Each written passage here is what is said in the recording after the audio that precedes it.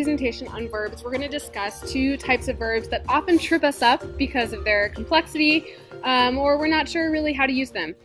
The first of these two types of verbs are causative verbs. So these are verbs that incite action, and these are great verbs to use because they create action-oriented, usually active voice sentences, unlike using to-be verbs as we discussed in the last presentation, which just denote existence essentially. So these really are about subjects inciting action on an object. An example would be the PhD student transports the lab records. So transports in this case is causing an action. The lab records are being moved from point A to point B. Another example would be the director shot the film in the Thar Desert. Shot in this case would be our active verb, and the object would be the film. So the film is being shot in a place by the director. And in general, we're usually talking about somebody or something causing something else to be impacted or to be moved in some way. And the traditional form for arranging a sentence with a causative verb is to have the subject or the agent of the action, the causative verb, and then the object, which is the person or thing being acted upon. And a very common construction is also to have an infinitive verb at the end of the sentence. An infinitive verb is the version of a verb with to before it. So the subject is causing the object to do something.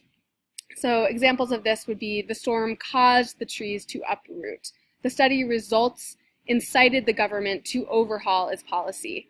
So in these two sentences, the green words are the subject or the agent that are causing the action.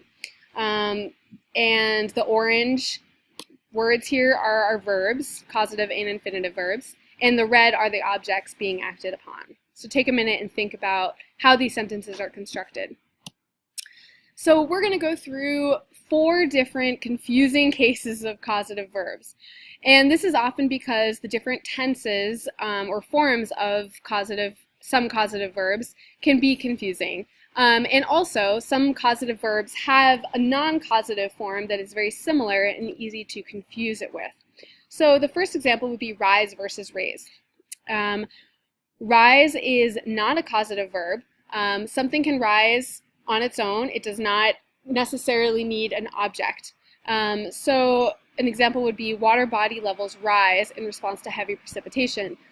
We could also just have a sentence here that says water body levels rise, because rise is something not being caused upon our subject, but just something that is occurring, an action itself. Whereas raise, which is a very similar word, is a causative verb and requires an object. So someone needs to raise something. Things don't raise themselves. So an example would be the government is trying to raise the living standard of its citizenry. So our object would be the living standard of its citizenry, which is a really long compound noun. An easy way to remember this is when the tide rises, no object required there, it will raise the sailing ships from the mud.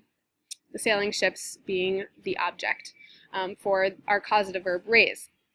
So you can think if you said the sailing ships raise, that might not sound off to you initially, but hopefully with some time and practice it will start to sound off, whereas if you said the tide rises, this sounds more intuitive. Tide can rise on its own. Nothing needs to make it rise, essentially.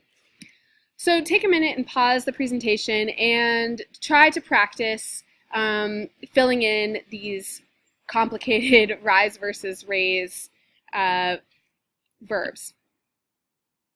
So when you resume, we should have the plantation owners grew rich by raising rice. So in this case, we need an object.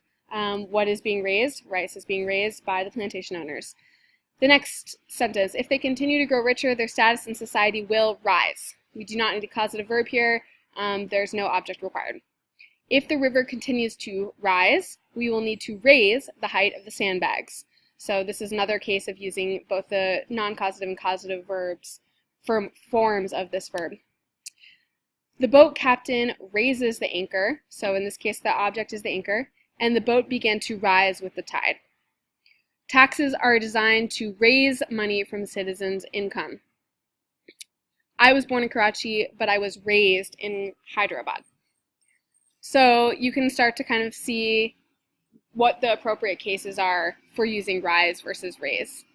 And this is one of those cases where it might sound confusing at first, but really do a good job in revision. If you are using rise or raise, make sure that you read it out loud. Maybe look it up if you're still confused, or email me or your mentor or another trusted English source to make sure that you're using the correct version.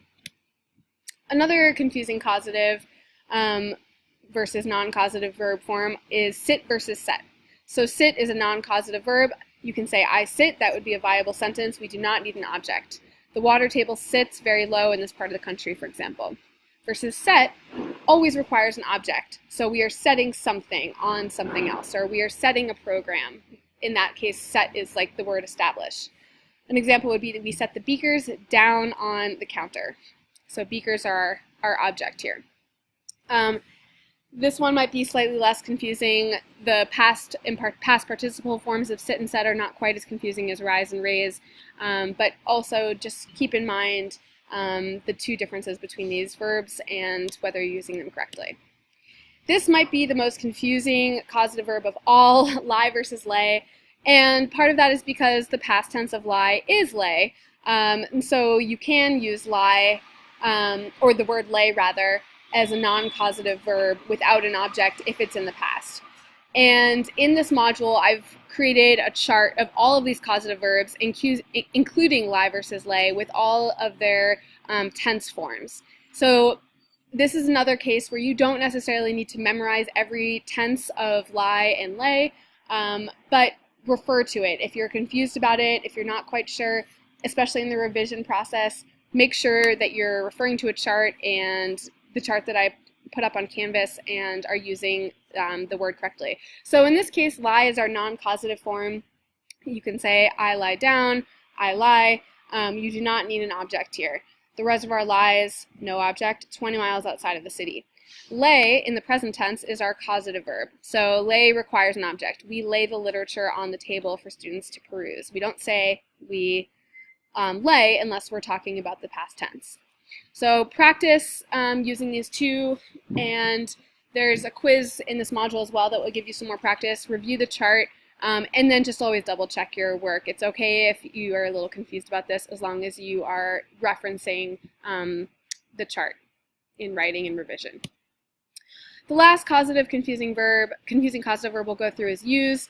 There are a lot of different forms of use. Use can be used as a causative verb. So in this case, we need to use something. We need an object. And use is one of those words that can be used in a lot of different situations. It can mean to employ something, to implement something, to exercise, to consume or use up a resource, for example. An example would be he uses a microscope. So microscope in this case is our object. Use is also a noun, so this refers to an object's function or purpose. We can also say I am used to something, as in I'm accustomed to something, and in this case it's used as a compound adjective. So we're describing someone or something that is accustomed to something. And we can also use used as an adjective to refer to something that has been previously consumed or used. And then finally, used also is the past tense of used, the causative verb. So just try to keep straight the different functions of use, and really, if you can, use a more specific word, which we'll talk about in the vocabulary module. If you can use a verb that is more specific, such as consume or exploit or exercise, do so. Use is a very generic word, so avoid it if you can. Now we're going to talk about another form of verbs that we often use and might be a little bit confusing, and these are modal verbs. So modal verbs are should, could, would, might, may. There's a lot of them. Shoulda, coulda, woulda.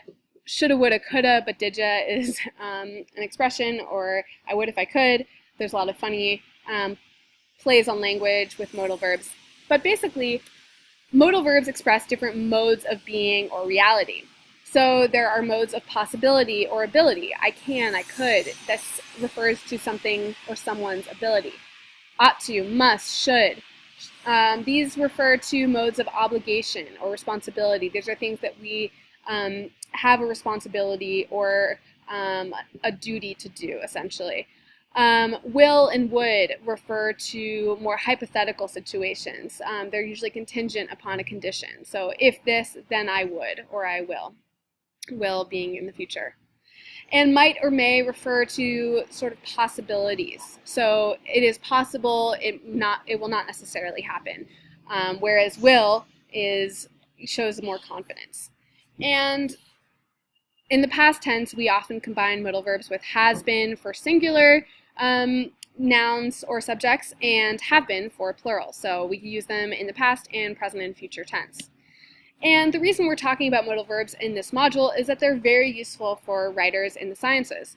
Science isn't always precise, as all of you know. Oftentimes we have results that express things that might be possible but are not quite certain.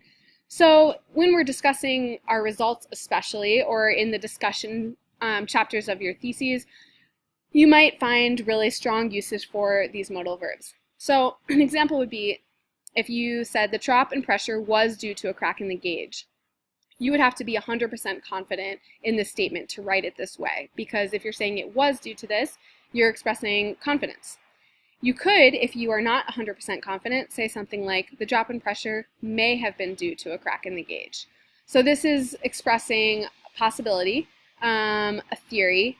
So you're saying this is a possible outcome.